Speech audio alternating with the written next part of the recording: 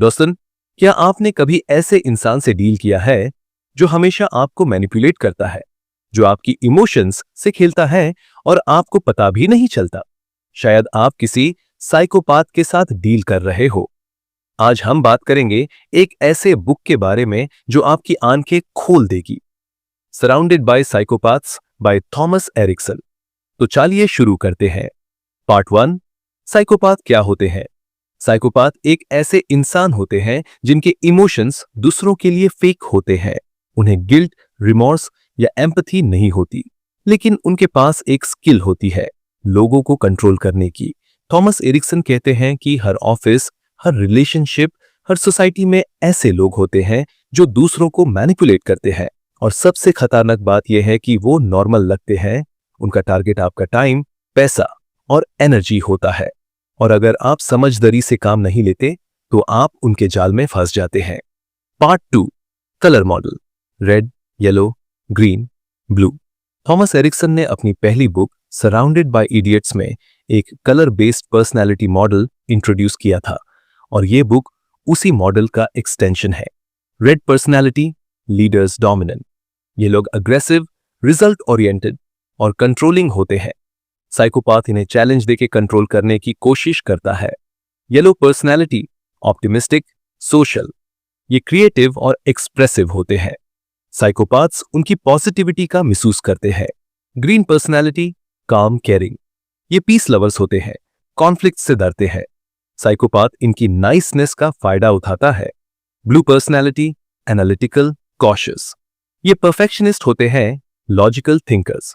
Psychopath उनकी analysis को twist करके उन्हें कंफ्यूज करता है। साइकोपाथ हर कलर की पर्सनालिटी को अलग तरीके से टारगेट करता है, इसलिए सबसे पहले अपनी पर्सनालिटी समझना जरूरी है। पार्ट 3, साइकोपाथ्स कैसे काम करते हैं? साइकोपाथ्स मास्टर मैनिपुलेटर होते हैं। उनके कुछ कॉमन टैक्टिक्स: 1, चार्म और फ्लैटरी। पहले वो आपको इंप्रेस करते हैं। Over friendly, compliments, help offer करना। आपको लगता है कि ये इंसान बेस्ट फ्रेंड बन सकता है। दूसरा, गैसलाइटिंग, आपको डाउट में डालना। वो गलती आपकी है या उनकी, आप समझ ही नहीं पाते। आप अपने ऊपर ट्रस्ट करना छोड़ देते हैं।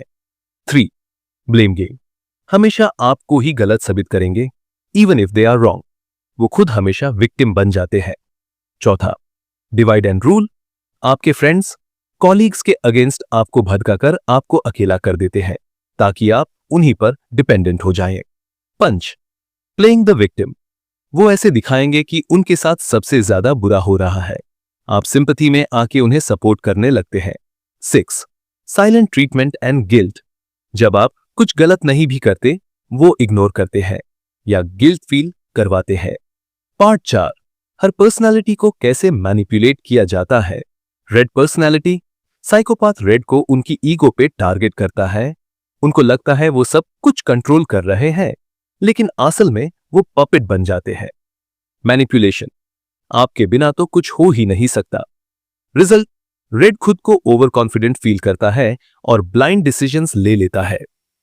येलो पर्सनालिटी, उनकी पॉजिटिविटी और ओपननेस उनकी वीकनेस बन जाती है। मैनिपुलेशन, तुम इतने कूल हो, तुम तो सब मैनेज कर लोगे। रिजल्ट, येलो हर बार दूसरों के प्रॉब्लम सॉल्व करने चला जाता है, बिना समझे कि यूज एक्सप्लॉइट किया जा रहा है।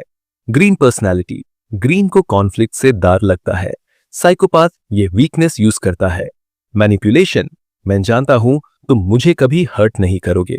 रिजल्ट, ग्रीन अपनी बाउंड्रीज सैक्रिफाइस कर देता है। ब्लू पर्सनालिटी, ब्लूज ओवरथिंक करते हैं। साइकोपाथ उनके एनालिसिस का ओवरलोड करके उन्हें पैरालाइसिस में डाल देता है। मैनिपुलेशन, ये सब प्रूफ तुम्हारे सामने ही है, क्या तुम मुझे ट्रस्ट नहीं करते? रिजल्ट, ब्लू ट्रस्ट और फैक्ट्स के बीच कंफ्यूज्ड हो जाता है। पार्ट 5, आपको कैसे पता चलेगा कि आप मैनिपुलेट हो रहे हैं? थॉमस कहते हैं, आपको जो इंसान कॉन्स्टेंटली गिल्टी फील करवाता है, उससे दूर हो जाओ। ये कुछ रेड फ्लैग्स है। आप हमेशा सॉरी फील करते हो, बिना वजह के आप अपने डिसीजंस पर डाउट करने लगते हो। आप इमोशनली ड्रेन्ड फील करते हो। वो इंसान हमेशा परफेक्ट लगता है, कभी गुस्सा नहीं, कभी गलती नहीं। आपके और आपके दोस्तों के बीच डिस्टेंस बढ़ रहा है। अगर ये सब हो रहा है तो हाई चांस है कि आप किसी मैनिपुलेटिव साइकोपाथ के जाल में हो। पार्ट 6, अपने आप को कैसे प्रोटेक्ट करें। अपनी पर्सनैलिटी समझो।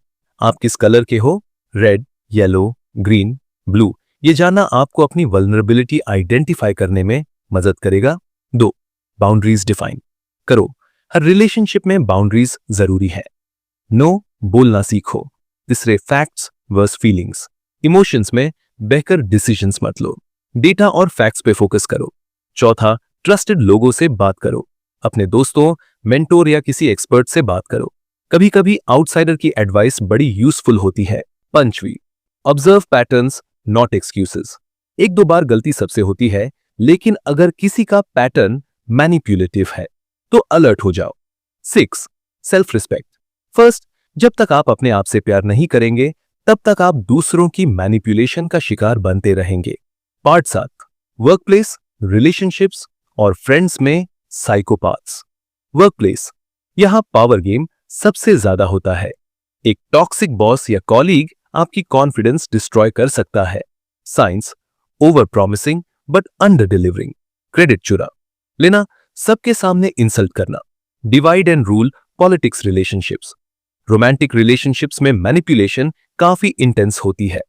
Love bombing, gaslighting, silent treatment, all are red flags. Friendship, कभी कभी ऐसे फ्रेंड्स होते हैं जो सिर्फ अपना काम निकलवाते हैं। आप उनके लिए सब कुछ करते हो, पर जब आपको जरूरत हो वो गायब हो जाते हैं। Part 8, conclusion. आखिर क्या सीखा? थॉमस एरिक्सन होमेन एक सिंपल मैसेज देते हैं। साइकोपाथ्स हर जगह हैं, लेकिन अगर आप अवेयर हैं तो आप उनसे बचाव कर सकते हैं। सबसे इंपॉर्टेंट बात यह है, अपने ऊपर भरोसा रखो, अपने इमोशंस पे कंट्रोल रखो। हमेशा लोगों के एक्शंस देखो, उनके वर्ड्स नहीं, और जब जरूरत हो उनसे दूर चले जाओ, चाहे वो कितने भी क्लोज क्यों ना हो। कंक्लूजन। तो दोस्तों, ये थी समरी सराउंडेड बाय साइकोपाथ्स की। अगर आपको ये वीडियो पसंद आई हो तो लाइक, शेयर और सब्सक्राइब करना मत भूलना, और कमेंट करके बताएं क्या आपने कभी किसी मैनिपुलेटर से डील किया है। मिलते हैं अगले वीडियो में एक और धमाकेदार बुक के साथ। तब तक के लिए अपना ख्याल रखिए और मैनिपुलेशन से बचिए।